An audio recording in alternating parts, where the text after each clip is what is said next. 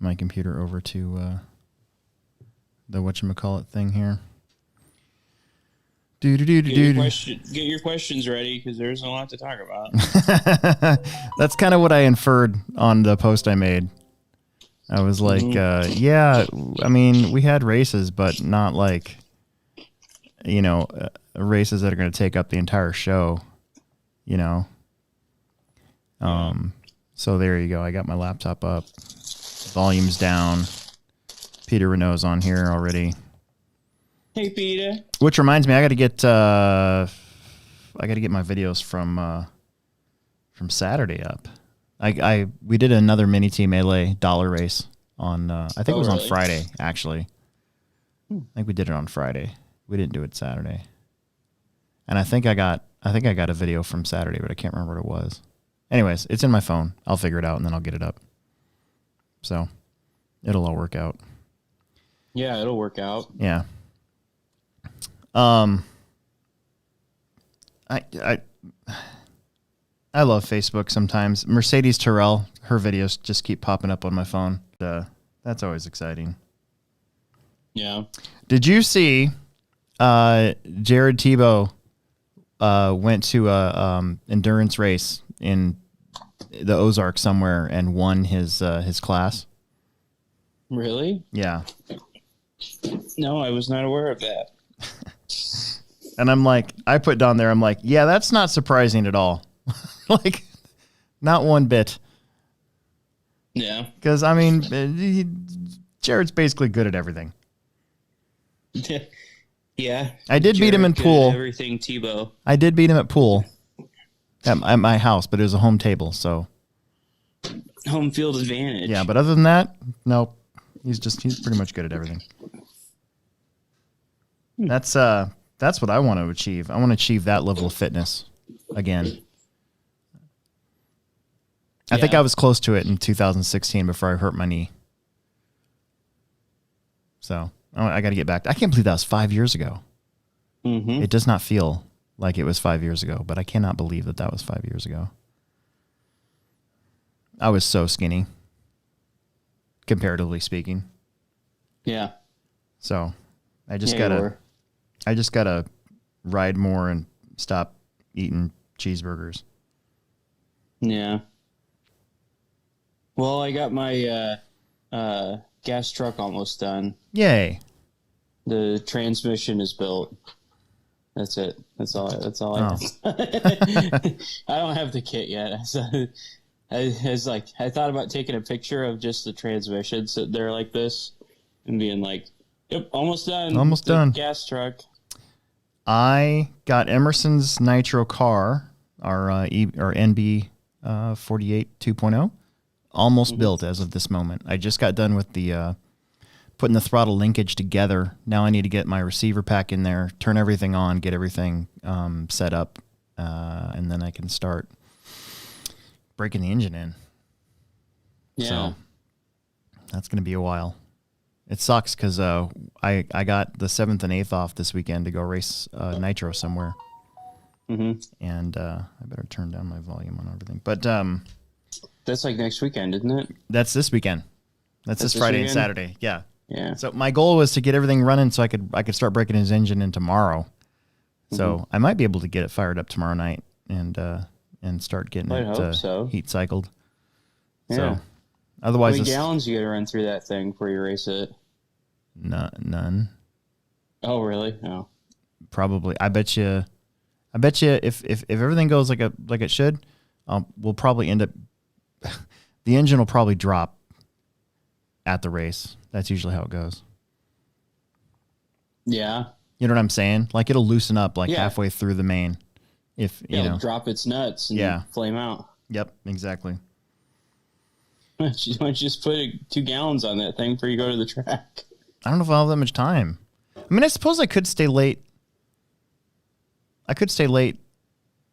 Wednesday night and just at the track and just run, after I get the initial break in, I could just run it at the track, I guess. Yeah, because you're going to want to put some time on that drivetrain anyway. Yeah. I mean, I have the keys to the place, right? Yeah. So, I mean, I mean, that makes a huge difference in going to a nitro race. No, like, I you know. never want to just race a nitro car. Okay, so here's the plan.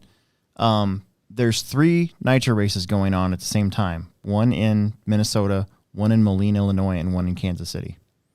Mm-hmm. And basically, Emerson and I told him, I said, dude, we'll look at the weather first off, and we'll see the least chance of rain. We'll narrow down our choices because I hate going to outdoor tracks and getting rained out. And then I think the one in Moline is just a club race. So, and that one is nice for us because then we can spend the night at my in-laws' house. Oh, there you go. So, I think we might end up going that route, and then it's not as big of a deal if we have a rough day. We still got the e-buggy too, so I mean, it's not like we're not going to be able to race anything. But I'm excited to finally get that in there. And then I wanted to bring up something with you. Okay, so I've spoken very, very. I mean, I'm a nobody, and I get that. I've spoken to Joseph Quagrain one time in my life, and it was at the 2011 Dirt Nitro Challenge, and that was and then right after that, Taylor James and him. That was at the F America thing. got into an, and that was my personal interaction with him, and then after that, you read and you see everything on Facebook and all that. But I tell you what, dude, his YouTube channel and the content that he puts up there is really good.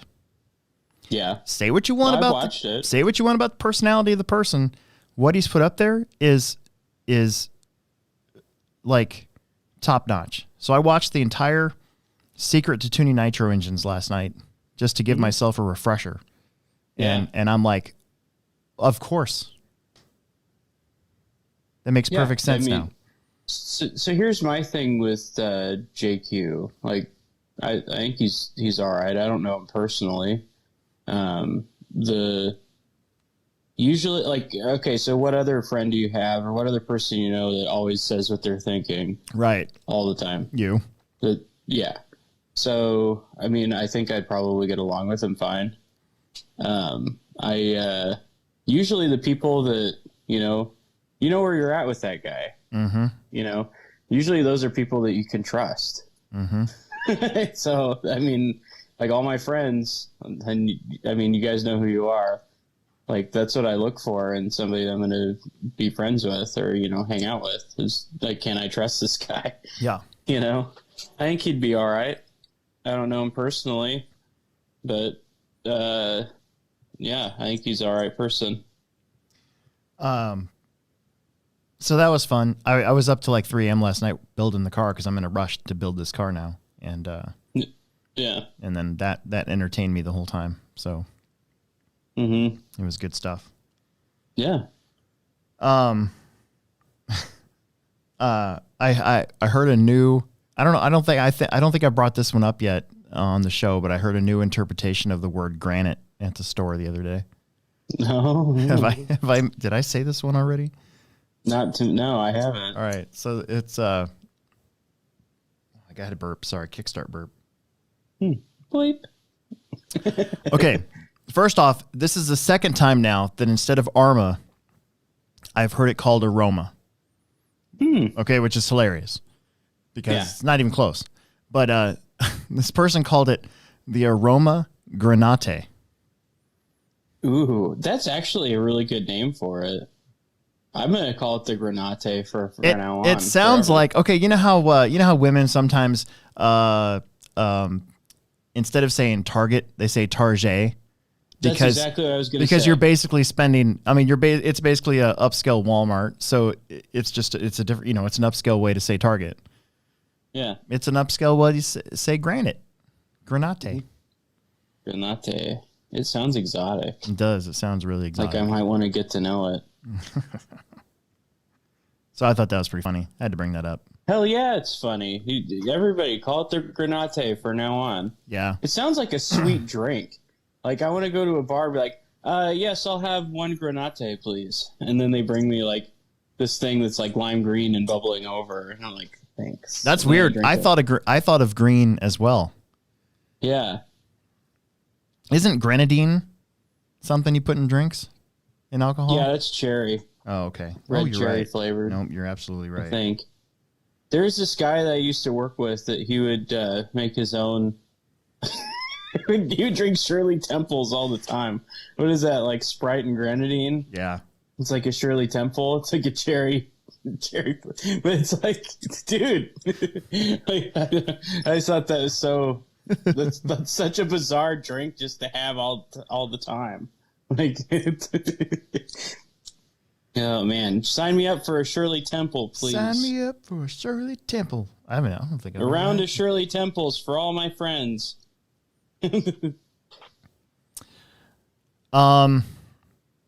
By the way, this is the Hobbyplex show.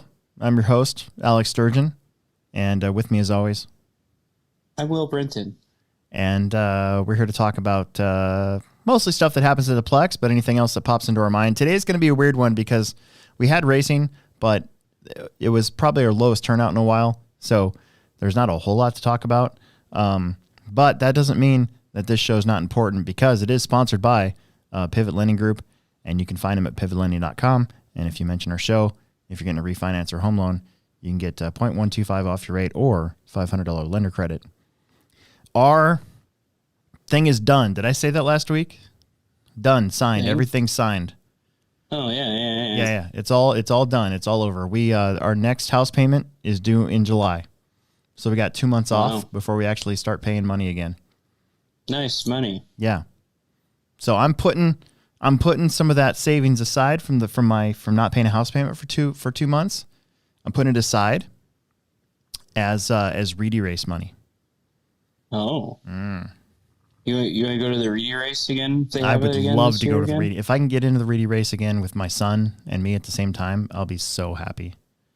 Yeah. And you can come too if you get in. Yeah. Maybe. Yeah. That'd be cool. I like that race. I don't know what it is. I never do well at it, but dang it, do I like going to the Reedy race. It's a fun race because you're only racing 2 classes. Mm-hmm. It's a limited amount of entries, so you're not there for 15 hours like we are sometimes. And then you get to watch the pros go at it, and that's exciting. Yeah, I'm excited. That's why I love that race in general, and I'm bummed out we didn't have it this year. I get it, but I'm bummed out. So yeah, but hey, maybe I'll try and go when Caitlyn Jenner is their governor. And the states open back up, we can have the Reedy race again. Yeah. That'd be sweet. Everybody in California vote for Caitlyn Jenner.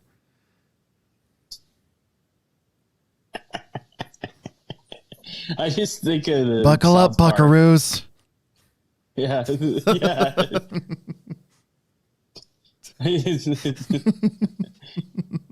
Nah, I'm not saying anything. Man, I always say enough like cringy stuff, like I worry about. I'm not. I think it'd be fantastic. I think it'd be the greatest thing to happen in America if they elected Caitlyn Jenner. She's not elected yet. No, they recalled their governor, and then in the recall thing they got to say that they don't want their current governor Gavin Newsom, and then they have to put in who they're going to vote to replace him. And Caitlyn Jenner's on the ballot, or going to be on the ballot, or something like that. She is running for governor, so get after it, California. Let's do it. Yeah, do it, everybody in California. That'd be sweet. God, that's like such a meme. It's like a walking meme. Yeah. What? Anyways, that's so funny.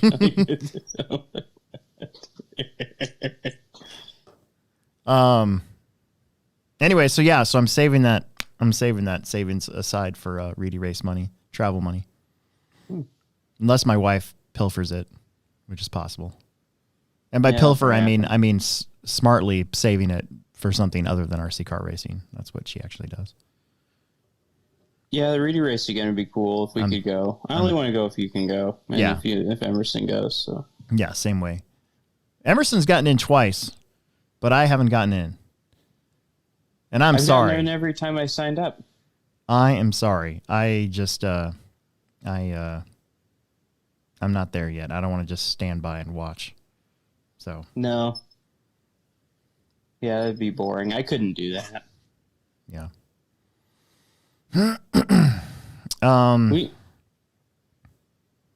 No, go ahead. We need to go and like try to stay with somebody and like make a party out of it. Yeah. Or an Airbnb or something like that. Yeah, Airbnb, something. Yeah. I definitely don't really want to stay at the Hotel Huntington again. Yeah, that was a weird one. Yeah, the last place I don't even remember the last place I stayed at. Like, it was nice. But the weird thing about that, the bummer about that, the year that you and I went together was that I had lost my license literally like 2 days earlier. Yeah. Or something. And so I had to get a piece of paper to be my driver's license. And so I couldn't drink alcohol anywhere, which is probably a good thing, actually. But they wouldn't let me into the bars on Main Street in Huntington Beach. They wouldn't let me into the hotel bar. Mm-hmm. And I'm like, of course I'm old enough. I'm renting a hotel room. Like you can't be 19 and whatever and be able to, rent a hotel or rent a hotel room or whatever. I don't know. You know what I'm saying? Reserve hotel room. Yeah. It was so bad. It was so weird. Yeah, and then you drove through that. We didn't have any cash on us, and we drove through that. What was it? The toll road. Oh yeah. Then you just didn't pay it. Yeah. and we got like a ticket from the car rental place. Yeah, the car rental place. It was expensive. It was like $180, or I can't remember how much it was. And then I had to pay half of it. Did you? Even though it was like, yeah, I had to pay. You like made me pay you half of it. Yeah, but did you actually ever pay that?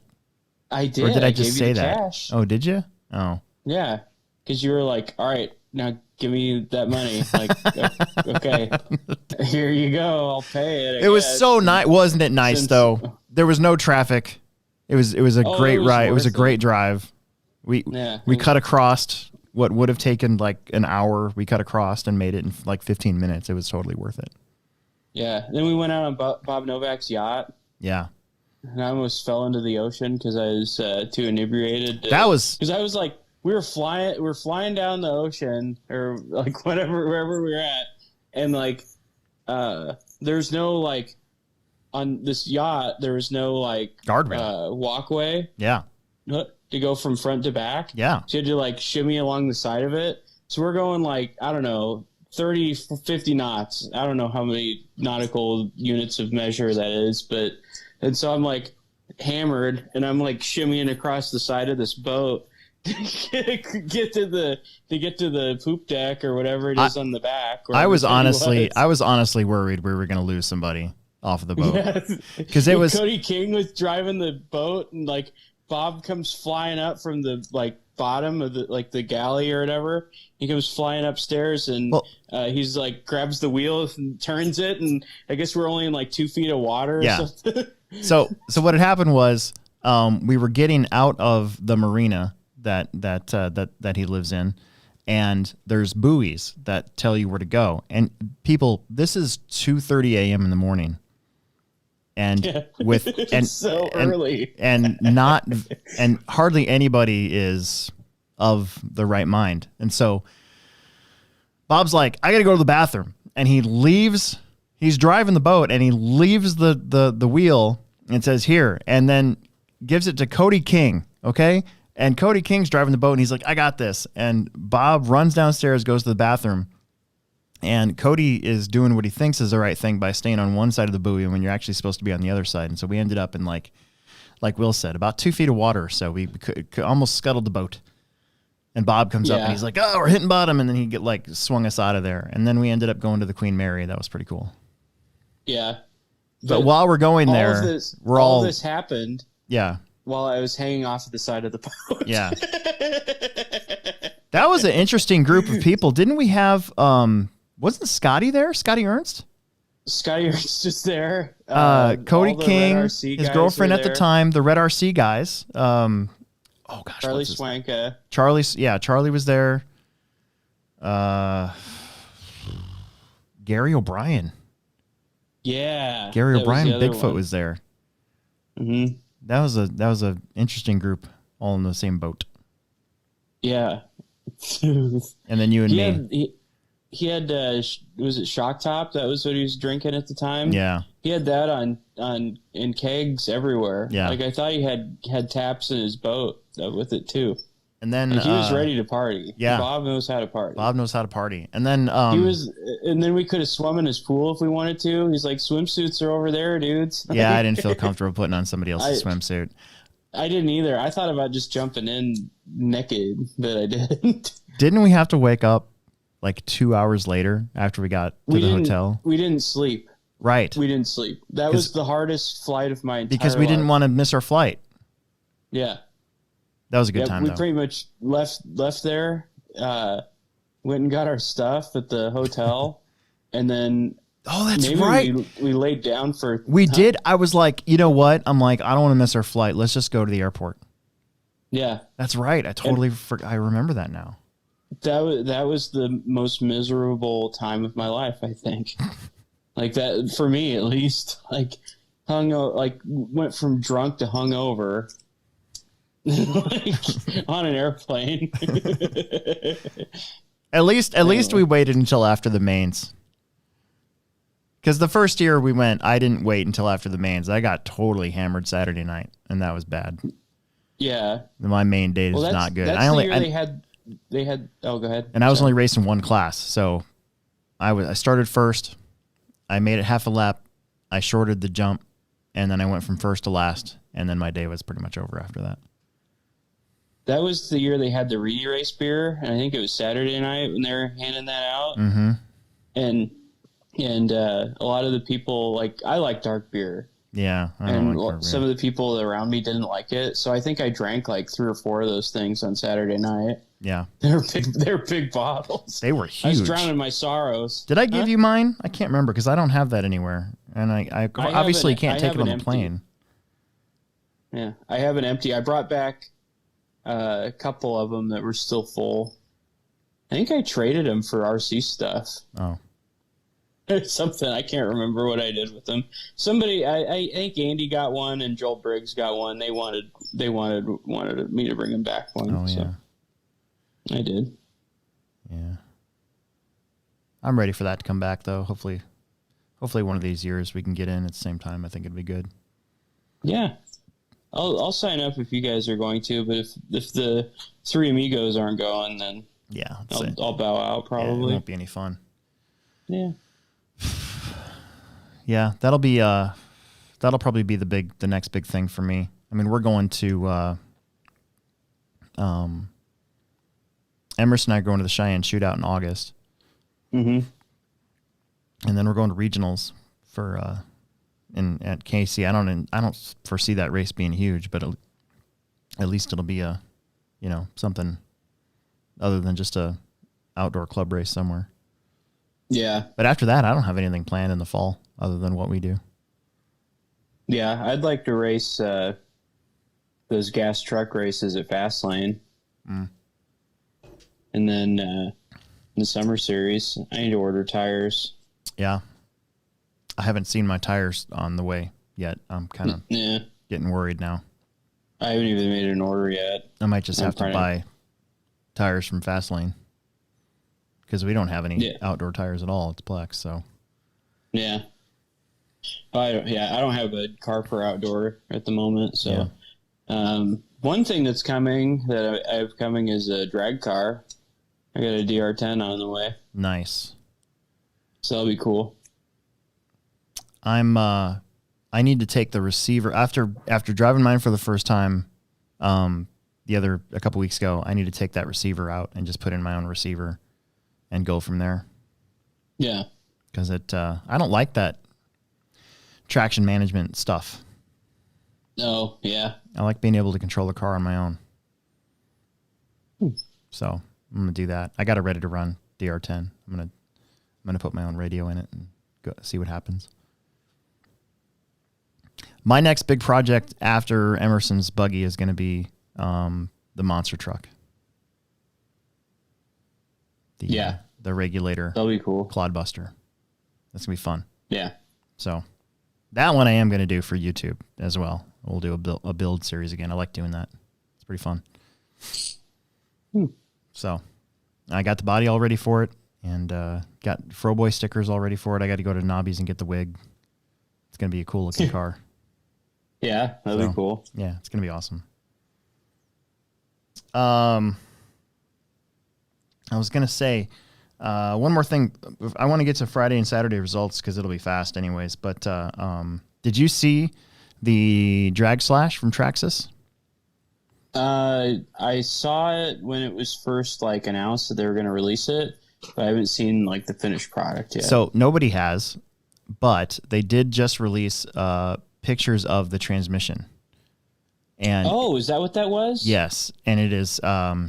So it's similar to what like the Rustler and Slash already have, but they have a metal motor plate instead of the plastic that's molded into the case. And then to me, that's very important. But also, they redesigned that top shaft. You know how on the Traxxas top shaft on all their like the two-wheel drive stuff, how it has that pin, and then you press the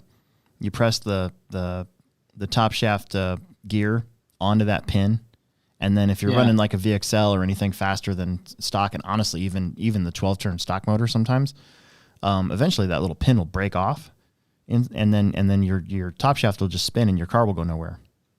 Yeah, and they've redesigned that top shaft. It's still a two-piece, it looks like. But instead of having a pin, it's the shaft has a little flat elliptical thing, so it keys in, but it's not relying on a pin to hold everything together now. So, if anything, I'm excited for that. Not really for the drag slash, but for hopefully it works in all the other ones, or hopefully Traxxas puts that transmission kind of as they go on all the Rustlers and stuff. Rustler slash Bandit, Stampede, because that's a huge problem. It's been a problem. Now they do sell a lot of top shafts, when that breaks, I guess. Yeah. I'm surprised they don't have that all one piece like Associated or Losi or Yeah. Dude, so Nick Pavel asked me what he could he was looking for like stuff to machine that we could sell at the Plex, and I'm like, dude, if you make a one-piece top shaft for Traxxas, we'll sell buttloads of them. And then he did make one. He had it made, and it works. But then he told me how much it cost, and I was like, oof, nobody will buy that. It's like $100 piece, isn't it?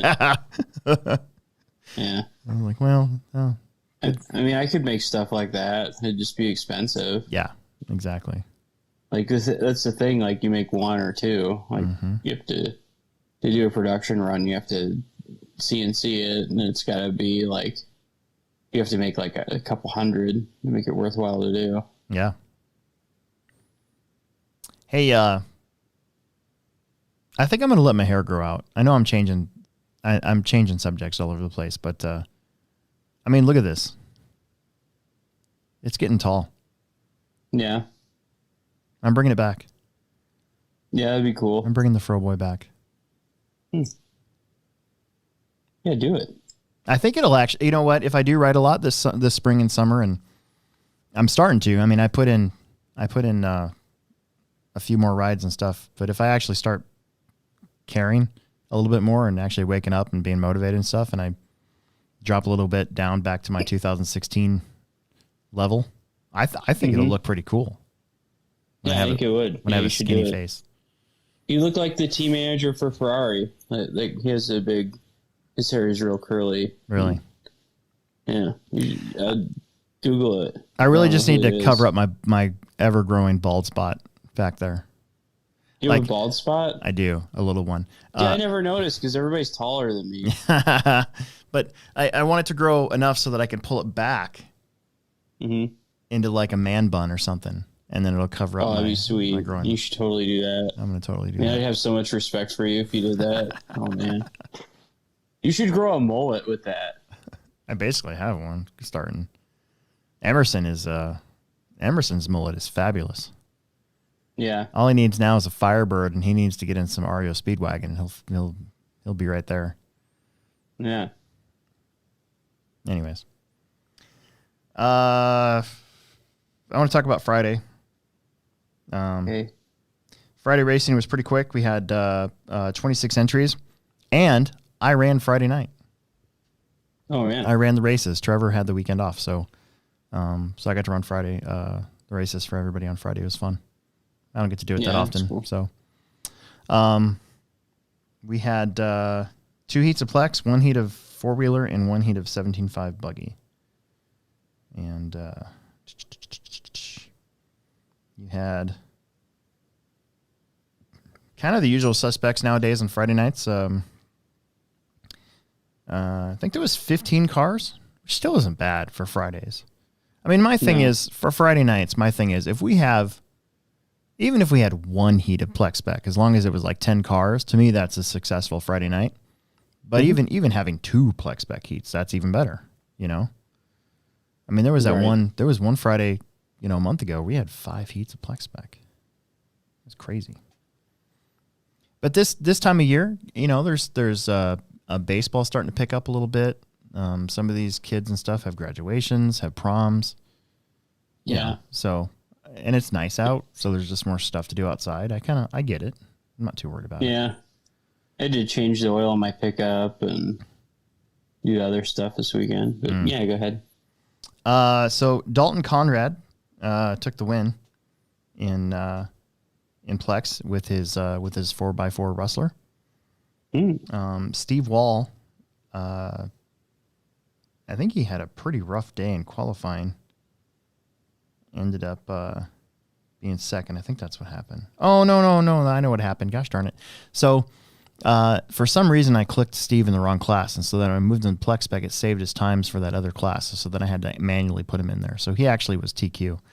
And then just Dalton just outran him. It was pretty cool. Jacob Yoder had a really good finish. Finished third. Tanner Anthony finished fourth. Paul Yoder was fifth. Michael Hall was sixth. Jake Conrad was seventh. Nick Chestnut was eighth. And Alex Eichler, making the main, finished ninth. And then Carly Stepanek finished 10th. Carly is the daughter of Marty Stepanek, who used to own RC Motorsport. Which, really? Yes, which was open from 1998 to 2000. So okay. Marty and Dan bought all of Rob Connor's stuff from the Winner's Circle when that was a track. And that was a track from 96 to 97. And then, so when Rob had to, because Rob was basically just losing money constantly, Marty and Dan took all their equipment, computer equipment and everything, and started their own track. And it was called RC Motorsport. And the sign's still up.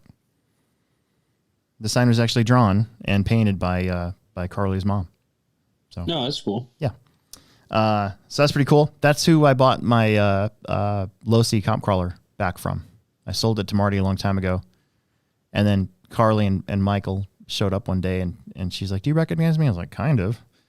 And, because it had been 20 years. And and then I was like, does your dad still have that? And she's like, yeah. And then they came back and sold it. So I've talked about that here on before, but so that's pretty cool.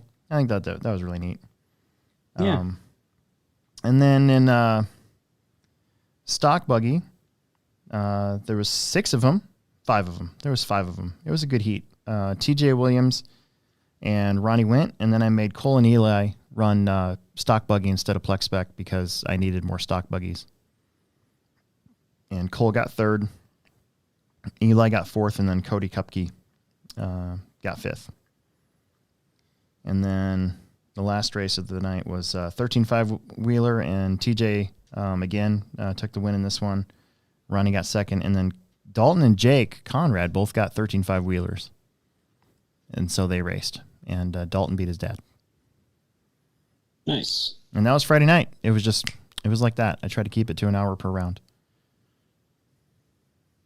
And then we did a mini team melee as well. And I think TJ won that one as well. So it was TJ's night. And then we had Saturday Speed. We had 43 entries. So it was all right. I think we had 7 heats. And yeah, it's a pretty decent club race. Yeah, it was a good club race. It was nice to get out of there early. I wanted to go ride my bike, but as soon as I got home, Gretchen had made dinner, and then I felt like if I went and rode my bike after she went through the trouble of making dinner, I'd be a huge butthole. So yeah, I stayed and ate dinner, and then I ended up going downstairs and working on Emerson's 8 scale.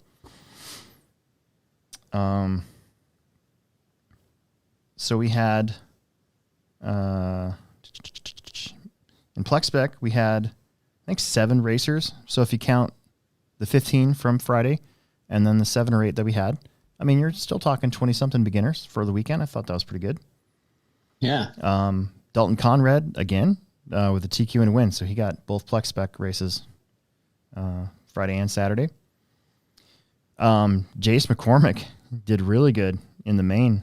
Qualified 4th, finished 2nd. Andrew Thomas kind of got beat on a little bit at the start. Ended up finishing 3rd. Dylan Haas, John's kid, is getting smoother out there with his buggy. Finished 4th. Jake Conrad was 5th, and then Henry Hallibow was 6th. And I think Henry comes with Jake and those guys, if I'm not mistaken. And then we had a nice big stock buggy heat, expert stock buggy. Easton McCormick with a TQ and win, and he looked more comfortable with his low C car. Probably the most comfortable I've seen him so far. Then the Herricks, Connor and Mason, came up from the Hutch area. I think they're from Hutchinson or Wichita, one of the two. Oh, really? That's nice. Yep. They missed last week because of something. I can't remember what it was, but they missed last week. I think it was prom, actually, something like that. Something had to do with school. Yeah. And then, so Connor finished 2nd. David Peevler was 3rd. David was trying to low C car. TJ Williams was 4th, and Rob Connor was 5th. And then we had 4-wheel drive mod, and at first it was just 2 of them. Then I forgot Aiden Olson was racing, so there actually was 3 of them. So then I just put them in their own main. And Vanderbeek TQ'd and win. Alex Vanderbeek was here with Drew. They came to get some track time again. Aiden Olson was 2nd. Drew was 3rd. They all finished with 17 laps, so it's pretty good. And 13.5 wheeler was the biggest class of the day. I think we had 15 cars. And that's kind of like what I tell people when they're asking me what classes to run. I'm like, well, if you get a stock buggy or you get a 13.5 4-wheel drive, you're almost guaranteed to always have somebody to race with. Mm-hmm. I mean, look at Friday night. We had 17.5 buggy and 13.5 buggy. And then here on a Saturday, which was a light turnout, even for us, we still had 15 cars. So, yep. Yeah, definitely. Mason Herrick with a TQ and win. His stuff looked really good. Dustin Hosick got 2nd, and Connor Herrick got 3rd. He got around Ashley right at the end. Ashley McCormick was 4th. Ronnie Went was 5th. Chad Ehrman came up for the first time in a while, finished 6th. TJ was 7th. John Haas was 8th. Andrew Thomas making his first day main with his 4-wheel drive. Finished 9th, and Rob Connor finished 10th. Ooh. And then 2-wheel drive mod buggy. Alex Vanderbeek, TQ and win. Pretty much killed everybody again. Drew Rubenking was 2nd. I finished 3rd. Dustin Hosick was 4th. Rod Case was 5th. And Aiden Olson and Ashley both didn't start. So I crashed too much. That's all I have to say about that. Yeah. You were leading there for a little bit, weren't you? No. I was leading a qualifier, but I wasn't leading the main. Oh. No, the dumb thing happened. So I actually felt pretty good about the main. My first couple of practice laps are pretty good. We actually spritzed the track before the mains because the track was drying out in weird spots, and I didn't think it would, but it did, so I misted it. And so the track was really good for the mains. I followed Alex. Alex bounced off a pipe. I bounced into Alex, and then I got bounced into from the back, and I got turned the wrong way. So if I was off by if I would have just got this far over to one side, I could have gotten around Alex, and then who knows what could have happened. But instead, I ended up in fourth maybe even fifth at that spot, and then Dustin and I were pretty close there for a little bit, and then when I got into third, suddenly I was in that super lame spot where you're not close to anybody in front of you, and nobody's close to you from behind, and so you're just basically just clicking off laps for 3 minutes, going, this is fun. Yeah. Why am I here? Yeah. Okay. So it was what it was. But my car's really good. I put white front springs, V2 front springs in the front of my car. And I messed with the pills a little bit. I got away from the stock pills and I went to oh, no, that's what I did. So I finally got some time to mess with my car. And I tried putting the pill setup that was on my old car onto this one. That's a big negative.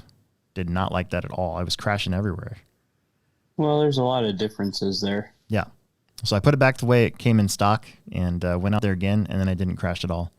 And I was producing low, mid 22s when the track was pretty still kind of green. Mm-hmm. So I don't know. I felt good. I just crashed too much. I drove like a donkey after that initial wreck. You put a V2 white front spring on your car? Yeah. So you're running a gray rear and a white front? Yeah. Gray's softer than white, isn't it? Yeah. Or no, it's stiffer. So white's softer than gray. Oh. It goes green, white, gray. Green, white, gray. Maybe I should put white in the back then. Because I've been running a V2 blue on the front of my car. And that's pretty stiff. But it's a different feel because it's got more coils, right? The V2, yeah. Yeah. Yeah, well. You say you're running a V2 white. Yeah. Right? Yeah. That's pretty soft. Yeah, it's pretty soft. I don't know.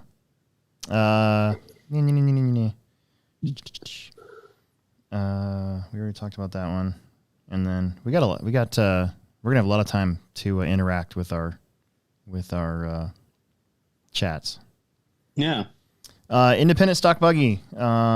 This was kind of a repeat of the previous night. So you had TJ Williams taking the win. Ronnie Went was second. Dylan Haas finished third. Cole Webb broke out. And Cole Webb, his diff blew out. Like it literally, I think the T-nut stripped. And so his diff had completely undid itself. And bummer. I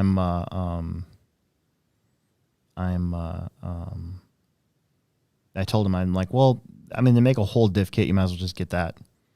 So yeah, we'll get him running again for this weekend. It looks like.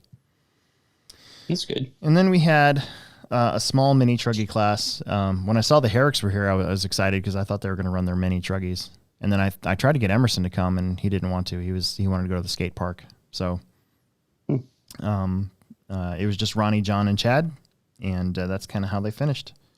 But that being said, it was very close with these guys in qualifying.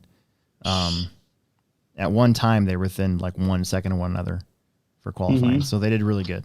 But in the end, Ronnie pulled away from John, and then it was, I think Chad broke out. Oh, Chad did break out. He drove off the back jump, and his truck ended up hitting the metal rail that the garage door rolls up on. Oh, no. And I'm pretty sure that he broke the bulkhead on his truggy because it was both arms are sagging the wrong way, and that's usually a bulkhead when that happens. Yeah. So, So there you go. Pretty easy weekend of club racing. I think we'll see what happens this weekend. Are you racing this weekend? Yeah. You're not going to be there, right? I'm not going to be there. How many more weeks is there till the summer series? 2. Maybe I'll race. Yeah. So it's Friday night, Family Friday Off-Road. Trevor will be back running the races, and then Trevor's also running Saturday. Okay. And I'll be in more than likely eastern Iowa. So yeah, everybody should come out so that as a favor to me, because I need some days off every once in a while. And so the thing is, if nobody shows up on my days off, then there's a chance I might not be allowed to go racing. So, you know what I'm saying? Like just come on out and race so that it doesn't make it look like nobody's coming because I'm not there. Yeah. You know what I'm saying? Okay. Yeah, I do. Okay. So as a favor to me, see. Yeah, as a favor to me, everybody come out. We need like an 80 entry day again when I'm not there. Okay. With that, let's, I just got a text from Emerson, but, maybe we should take a pivot landing break, and then we'll get into questions, and we'll get into the chat a little bit. So you want to do that? Yeah, sounds good. All right. Sounds good. And now, a word from our sponsors. Hi, this is David Olson with Pivot Lending and MLS. This is a Pivot Lending update with David Olson and Don Zoller. Get some. Hi, this is David Olson with Pivot Lending, and with me today is Don Zoller. And we just wanted to give everybody listening the backstory on Pivot Lending and maybe what separates us from our competitors in the marketplace. Pivot Lending, we're going on our 20th year, and we're a mortgage banking company. We're different in a few ways that we have divisions of subservicing, divisions of third-party origination. We have a marketing team in one division. We also have business development. We work business to business, whether it's with a community bank or a credit union. We also work the retail side of the spectrum. So we're working with a lot of realtors. We're working with a lot of builders. There's a number of different ways that our organization has diversified, as opposed to a standard mortgage banking company that's just generating a mortgage to the market and to sell it or potentially service it. We internally underwrite all of our loans in-house. We have 5 underwriters. We're big enough to play in the larger spaces, but small enough to be a boutique operation. We've got about 100 employees right now. We are in California, Arizona. We have offices also in Wichita. We're in Kansas City, Omaha, Colorado. Inside Colorado, we're in Denver, Boulder, and opening up in Colorado Springs.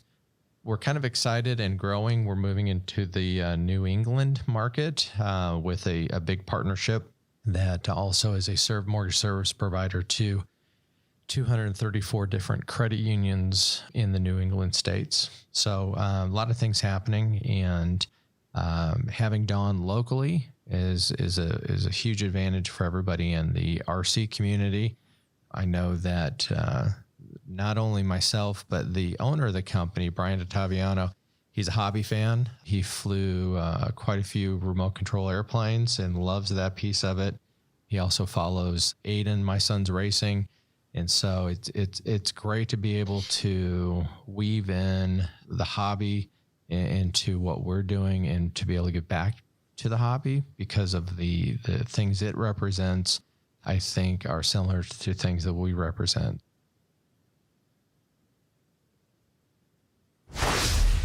David Olson, NMLS 16099. Don Zoller, NMLS 277589. Pivot Lending, NMLS 109995. We return you now to your regularly scheduled program. My sister's an engineer today, so if there's a little delay in that, it's all her fault. I'm sure it'll be edited down in post prep or whatever they call that. So there's always that. I'm gonna open up my special drink today. Yeah. Instead of Kickstart. What is it? It's Pabst hard coffee. There you go. Fancy Four Loko. Yep. Oh, I'm like ruining it. There we go. It even has a different sound when you open it. It's a little deeper. Oh my gosh, that's good. I forget how good that is. Yeah. It's like drinking a milkshake without the ice cream. Yeah. Actually, you know what it kind of reminds me of? It reminds me of the leftover chocolatey milk after you've eaten all of your Cocoa Puffs. And you gotta like take the bowl and drink it down. That's what that's like. That's exactly what that tastes, except that it's got a little fire in it. Yeah, I've never done that. Oh, it's good. Cocoa Pebbles. I don't eat cereal. Oh, I've never eaten cereal before, really. I don't think I've had a bowl of cereal and milk before. I imagine it would get in your beard. It'd like dribble all over the place. As a kid, I'd never eat cereal. I hated cereal and milk. It just looks disgusting. I like cereal for dessert. Like I'll eat like a dinner, and then I can't believe how old these things are. They're as old as Emerson. We've got these big cups that you get when you go to the hospital and you have a baby, and they put the ice water in them, and they got the lid on them, and then you drink water out of them. But they're these big giant cups.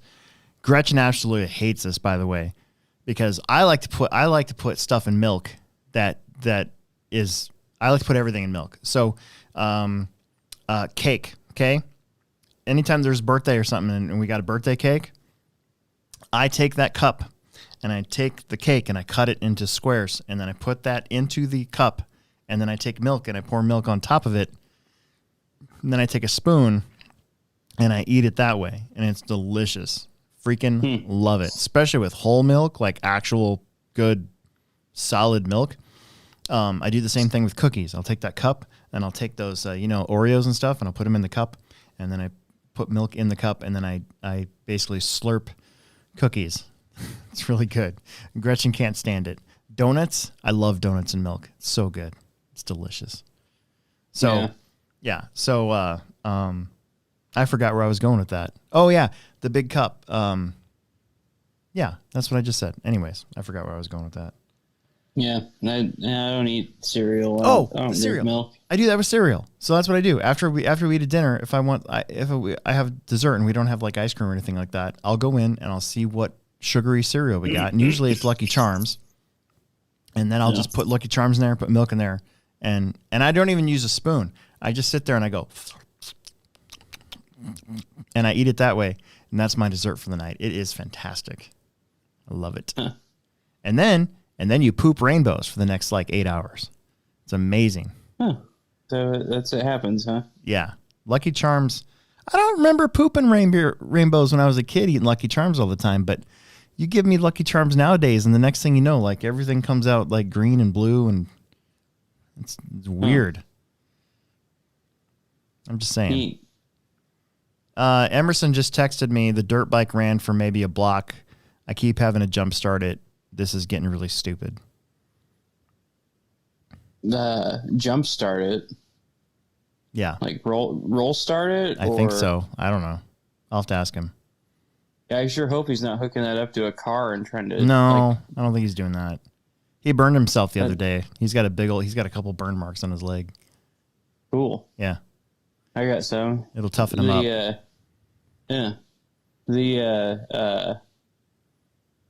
Probably, I'm sure I know what's wrong with it, actually. Okay. Oh, and then before we get to the chat part of it, I have made my decision that I'm gonna get a scooter. Probably. Yeah, what are you gonna get? Probably within the next week or two. Yeah. I'm a Honda Metropolitan. No, don't buy that. Why not? Dude, that's only 50 cc's, dude. So? You want to ride it to work? Yeah. Have fun going like 25 uphill. Yeah, but they're cheaper. Yeah, like how much? Well, how much is that thing? It's $2,500. Dude, you're gonna have $0 worth of fun on that. Okay. You need a 125. I need a 125. All right. Well, we're gonna look at them tomorrow, and I got a couple weeks to stew on it. But I definitely want to get one because I want to be able to. First off, I want to ride with my sister and brother-in-law in like a biker gang, and then two, yeah. I want to get a helmet. In the shape of beige. I want to get a beige helmet. You know where I'm going with that? Yeah. Oh, yeah. And and then also I just want to save money on gas going back and forth from work when I don't need to take anything to work. You should get a 125 Zuma. I'd go Yamaha all day. Okay. Really, the most bang for the buck is like on a Grom or something, but it's still a Grom. Mm-hmm. But like, and you still got to shift them and stuff. But like that, are you gonna get a new one, or are you gonna try to find a used one? No, I was gonna get a new one. Yeah, that place that your brother and sister got their scooter from that. What's your the one that you got? Is it a Genuine? Genuine, yeah. Royal Alloy. Yeah, Genuine's good stuff. I mean, even their 2-strokes have that same Minarelli engine that my scooter has in it. Oh, okay. But I don't think they make 2-strokes anymore, but I don't think anybody does. But like, I want a 2-stroke so you can do more to the engine without needing to time valves and stuff. Right. But the RPMs my scooter pulls are insane. Like, I had that thing on Saturday. I went to Chipotle, and there's some dude on a Harley, and I passed him on it, and then he like pulled on it on his a little harder, and I like ripped on mine. I was going 45, and it picked the front tire up off the ground, probably about that much is what it felt like, because it's like noodling a little bit, and then I had it up to at least 75, maybe 80. But yeah, I'd go with the 125 4-stroke all day. All right. Well, I'll look around. I'll try to find something. Yeah, the engine, that injected engine that the Metropolitan comes with is junk. It's worse than the Ruckus engine. Oh. Okay. Yeah. All right. No fun. Zero fun dollar factor. Those are like for camping. That's to go somewhere to poop when you're camping. Okay. That's about what those are designed for. Like a mini bike. Yeah, those are just to take somewhere to go poop while you're camping. All right. I'll do some more investigating. Or if you're like downtown or like somewhere where the speed limit's 25. Right. Peter Renault wants to know, does the track have special ventilation, or do you just open the doors for nitro? So basically, this goes back to when I was talking about Emerson's nitro car and breaking it in. Mm-hmm. So the Plex was actually built with 16 garage doors that can all open up, obviously, and basically make it feel kind of outside. Yeah. You know, when we were brainstorming what to do, you know, my big thing was, well, I know that indoor tracks, because at the time, this was 2010, 2011, nitro racing was still pretty big in our area.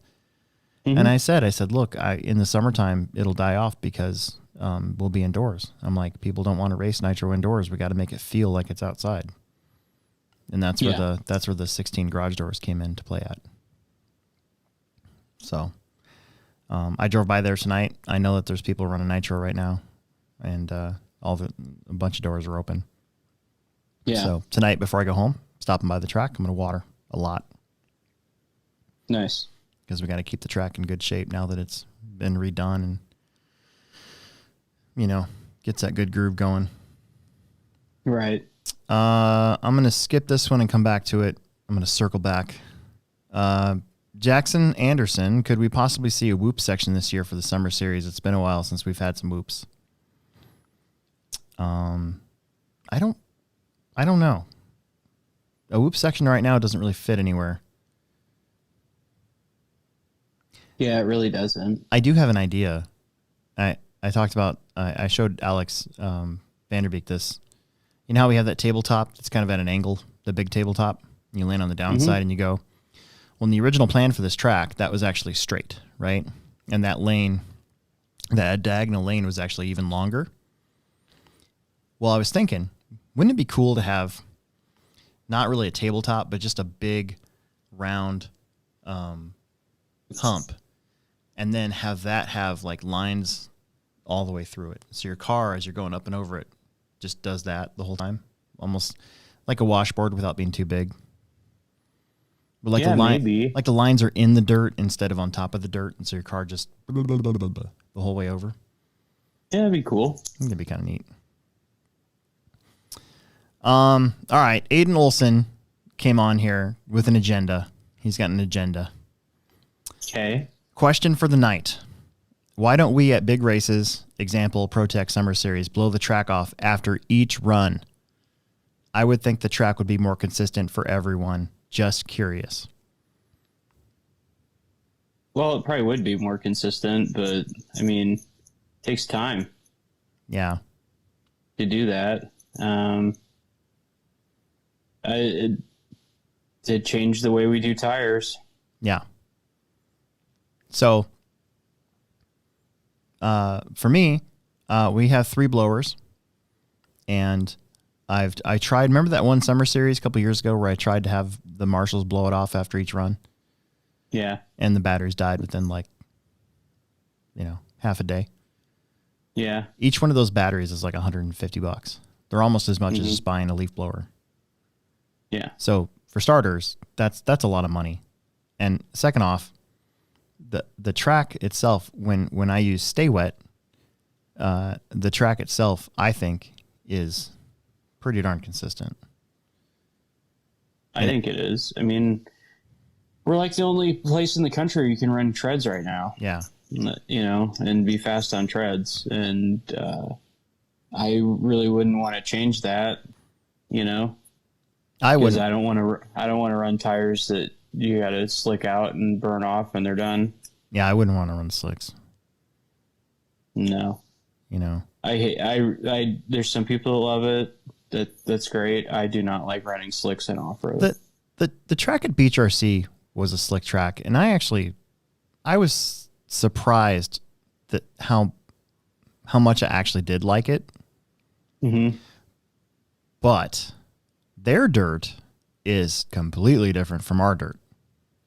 Right. And it even had a little dust off to the sides. And if you got out in that dust at all, you were out to lunch. Like you had to keep your car just right. And they had blowers every heat. They had the little baby Lowe's blowers. And they were blowing it off every heat, but 2 or 3 minutes into your heat, the dust is right back. Right. But it was kind of fun, except that you had to slick your tires off, and then you had a limited amount of time before they were done, and you had to get another pair of slicks. And if you didn't have those worked in just right, then you're in trouble. Yeah. No, I mean, I think that the program that we currently have is good. I mean, everybody's racing on the same track, right? Yeah. So you do it once per round, and everybody runs at the same time each round. Really, nobody's at much of an advantage. And then in the mains we do it again after the Plex spec main. Right. I don't know. I just everybody's I listened to actually a couple different podcasts this week that I normally don't listen to, and you know, everybody's like, yeah, that's just how tracks are nowadays. That everybody runs on slicks, and then I'm like, not our track. Yeah. And I don't know. I see the slick and tire game now. Like now you have to take brand new tires, grind them to nothing. You run them 2-3 times and they're done. I see that like the way touring car was foam tire touring car. They're at the end of touring cars heyday. Yeah. You had to take we were both around at that time. $27 foams pair. Go to the back room with a grinder, grind them all the way down to a couple millimeters. Go out and run them so you can be fast.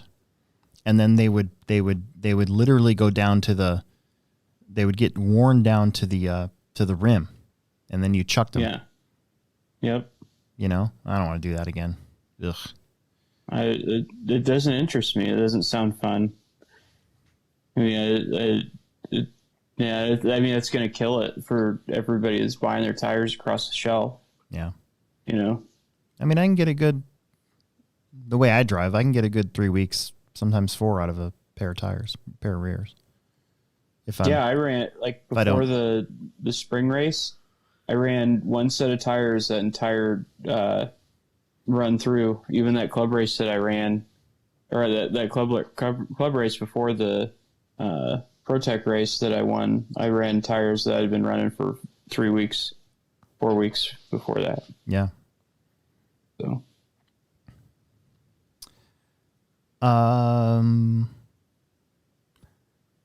Peter says, does Will make his own diff rings or use ground washers from work?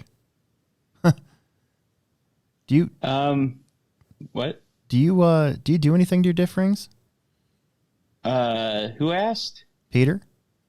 Renault? Yeah, I do actually. The precision ground ones that Associated makes are really good.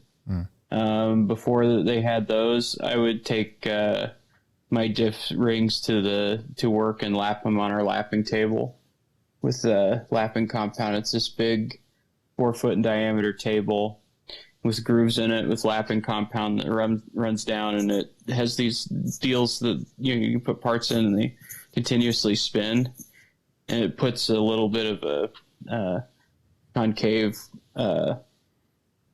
angle on that surface too. I mean, we're talking like 0.00001. Yeah.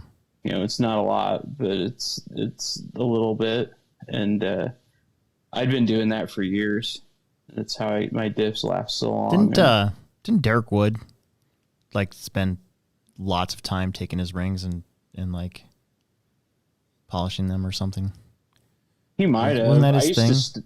I used to stone him before I was doing him on the lap table, but I've been doing that for a long time. Right. But the new precision rings are good. You don't have to do that anymore with those. But.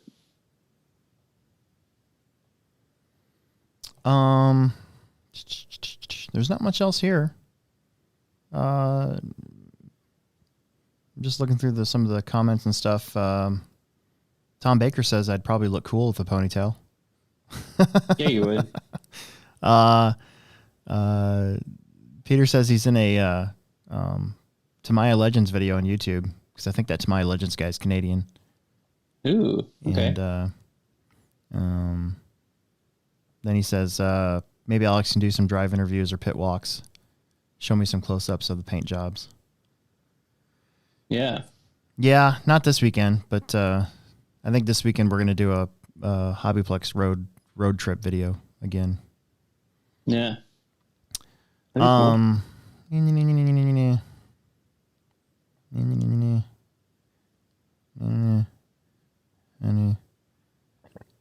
How do we deal with bugs? We don't really have bugs. Yeah, we don't have bugs. We're indoors. Yeah, we don't really worry about that too much. Now, that being said, I have this pesky mosquito that shows up whenever I'm eating in the booth. It's the same one. Yeah, it has to be. It's just for like the last 3 years. As soon as I start eating something, this bug starts coming up and flying around. I'm like, you pesky little guy. Mm-hmm. So, When we used to race at the Lincoln track, there'd be like you'd need like Dude, a beekeeper suit to race or to drive from that driver's stand. Lincoln was terrible. That was like the absolute worst bug situation in my life. So, yeah, basically, so I ran the Lincoln track from 2000 to 2003, and we didn't have lights actually for a little while there, and then we did. Or no, we always had them, but they were on the driver's stand. So we had these 4 big lights on the driver's stand. So when it got, Tuesday nights or even Saturdays, Tuesday nights mainly used to be the popular night there. But we'd always try to get done before it got dark because we knew that if the light, if it got too dark, if it got too many entries and it was like 11:30 or midnight, the bugs would be terrible. And we're not talking about little things. We're talking about giant moths like the size of your hand that'll fly up into your face as you're driving and then make you go, no, and run off the driver's stand because you had this giant bug. It's terrible. Yeah. It was insane. Yeah. Like Jamie and I, like we used to try to come up with ideas and stuff to do to avoid the bugs, and just you never find anything that worked. No. Eventually, they did take some of the lights and move them off. They had these poles installed on the corners, and they would put the lights up on the corners. And but you still had the 2 on the driver's stand, so you tried to stand far away from it. We did the tiki torch thing, the bug torch. Mm-hmm. We tried that. That actually worked halfway decently for a little while. Yeah. But yeah, the Plex doesn't really have too many bugs. We're not too worried about it. The spiders suck. I will say that there are some monster wolf spiders that live at the Plex dirt track because it's pretty warm in there all year round, so they don't really die off in the wintertime unless they die naturally. Yeah, natural causes. There's been some big wolf spiders in that place that I've discovered. Yeah, I'd mistaken one for Bert. They're pretty big. Bert is the track dog. If anybody didn't know. Bert the track dog. We love Bert. He's all right. I like how he comes in now. He comes in all just he knows that he's gonna get fed, so he's all happy. He's like picking his feet up, prancing around. Mm-hmm. And then he just goes on. Whenever food's delivered, he just goes from one food being delivered to another person being delivered food. And he just stands there and looks at him. And now he's got this little thing where his teeth come off a little bit when he's looking up at you. It's pretty cute. Mm-hmm. So it's almost like you have to give him something. Yeah, it's like it's the Bert tax. Yeah. Let's see what else is there. That's about it for questions. Cole Webb said that he did what I said. Went to the Plex today, bought a rebuild kit, and he's going to put his diff together. Nice. Tom Baker says the track's great right now. Thank you, appreciate it. Jackson wants to know where I'm racing this weekend. We talked about it earlier. I'm honestly not sure yet. There's three tracks we can go to. We're going to look at the weather. More than likely, we're going to go to Moline, Illinois. Mm-hmm. And I think that's about it. So, seen Bad Taste yet? No, I haven't. I have not. I want to, but I haven't been able to find it on the streaming things. I think we've talked about that, but I'm going to try to find it on my computer here. And as long as it's not a site where I think I'm going to get some sort of weird virus or something, I'll try to watch it. Yeah. I think that's it. That's a pretty easy show. I got to go back and finish Emerson's car after I water the track. Yeah. Yeah, get that thing done. Get a gallon through it before you get there. And try. Make it worth your time to go. Yeah.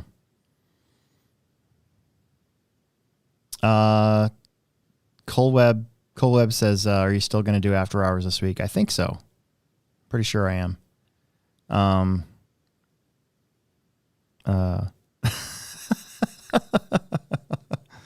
Hold on. This is pretty funny.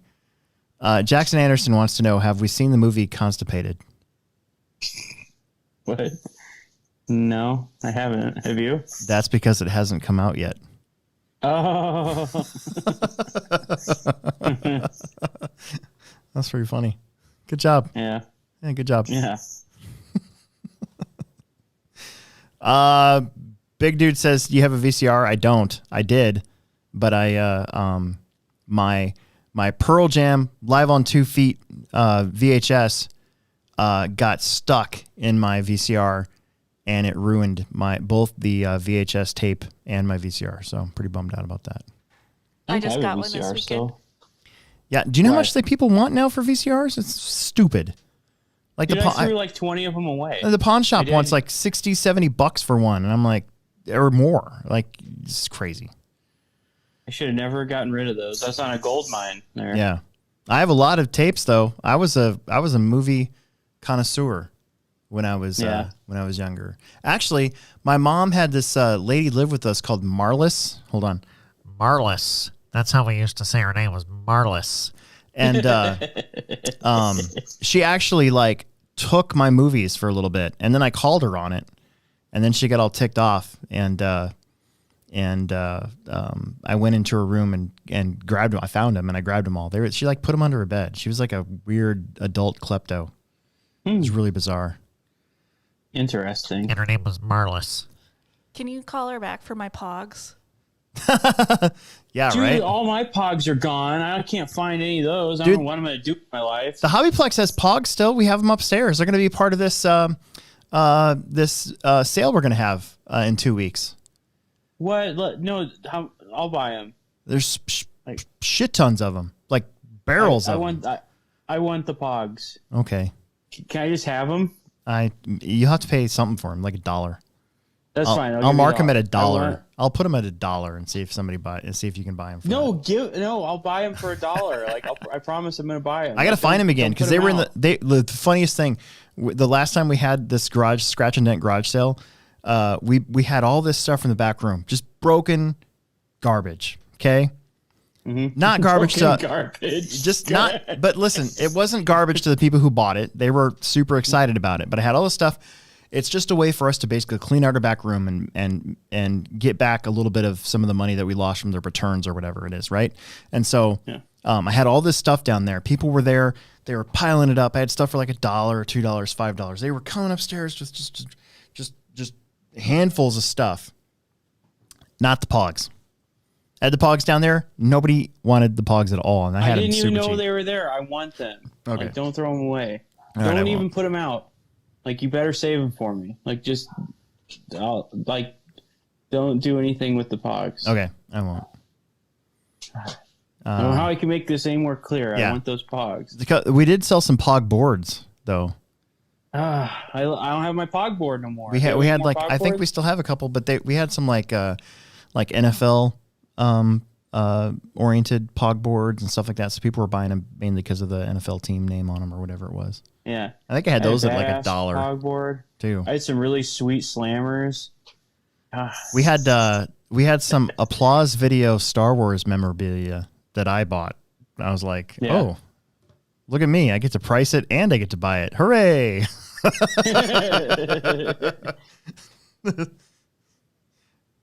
I probably shouldn't have said that. Whatever. Yeah, that's fine. My mom had a boyfriend, husband, or something. I think he like threw my pogs away. Oh, look at Cole Webb. Shut up, Cole Webb. Cole would just put on here, what are pogs? Oh, you nerd. God, what a... Yeah. They're round cardboard discs. That's all they are. They're garbage. They're cool. I want them. Yeah. You don't get them, Web Bros. Yeah. I'll play you for them. They were like along the line for them. But they were along the lines of like trading cards in a way. Kinda. I have a few upstairs. One of them, like I have the. Here, look. Do you have time? Can I go get one? There's this one I want to show you. It's like okay, but hurry up because I really have to go to the bathroom. I was trying to wrap this thing up, but okay. Hold on. I've crop dusted this building 3 times in the last 3 weeks now, and it's kind of happening again. I feel really bad. It's not fair to Weberice.com, who, if you want to have a podcast, you should contact, because that's what they do. They do podcast, and it's my sister's job. So I mean, We got to plug it. I appreciate that. Thank you. Oh yeah, you're welcome. Yeah, totally. Yeah. I just work on getting my pogs. I got to find them again. Like I said, I know we've still got them, but I can't remember where we put them. I think they're in the other room that we have upstairs. I remember when you had them out the last. Yeah, and you were sale. gonna get them. I was close, but I was like, I can't have more stuff. Oh, I've got a present for you guys too. Yes. I've got a bunch of Star Trek trading cards Nice. Yeah. that I need to get to you guys. Okay. I almost forgot about it tonight. Get it. Jackson Anderson wants to know why the Webrise logo isn't on the outline of the screen. That's a good question. Why isn't your guys' logo in there? I mean, Well, we like to be behind the scenes. you got the power to do that. We do have the power to do it, but we like to be low key behind the scenes, just making I'm things back. work. Will's back. Yay. Will's Okay, back. so the first thing I have to show you is this power disc that looks like it came from McDonald's, and it's Power Rangers. Look at it, and it's like wow. totally 90s. Yeah, that's super 90s. And then the other one I have, I've two more or three more to show you. Jeb, this dog. I have no idea who this dog is. His name is just Jeb, and I have two of them. It's this dog on here. It's named Jeb. And then there's this one. Hawaiian milk caps. The kind. I don't know. I have this one. Huh. And then I have a few others upstairs still. And then I have the Black Power Ranger, which is badass. Isn't that cool? Yeah, that's pretty cool. Yeah, and it has the thing on the back. Oh wow. His symbol. His mammoth. Yeah, this is like Woolly totally mammoth. like 90s style right Yeah, here. that's very 90s.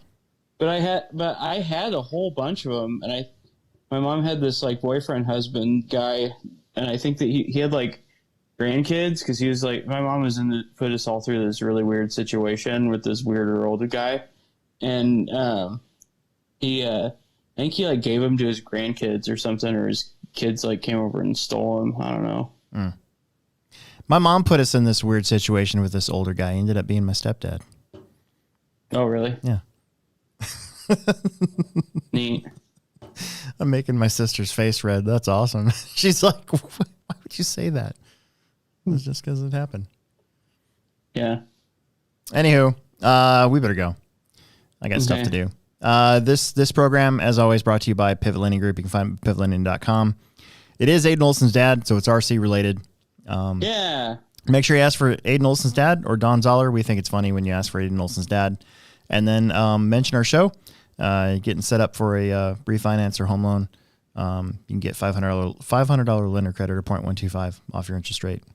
And we went through the process. Took about a month, but everything was done on the phone, which was great. And then the guy who what do they call that? The person who makes sure that when you sign something that it's signed correctly. It's Notary? like a notary. Yeah, the notary had to come to our house, and we went through like legit like this much stack of papers. It was a lot of signing, but it's done. It's all done. So there you go. Okay, I gotta go. Okay. I'll see you later. I probably won't see you this weekend, so just have fun and just help Trevor along if he needs it. Yeah, sure. So, all right. Yeah, thanks, guys.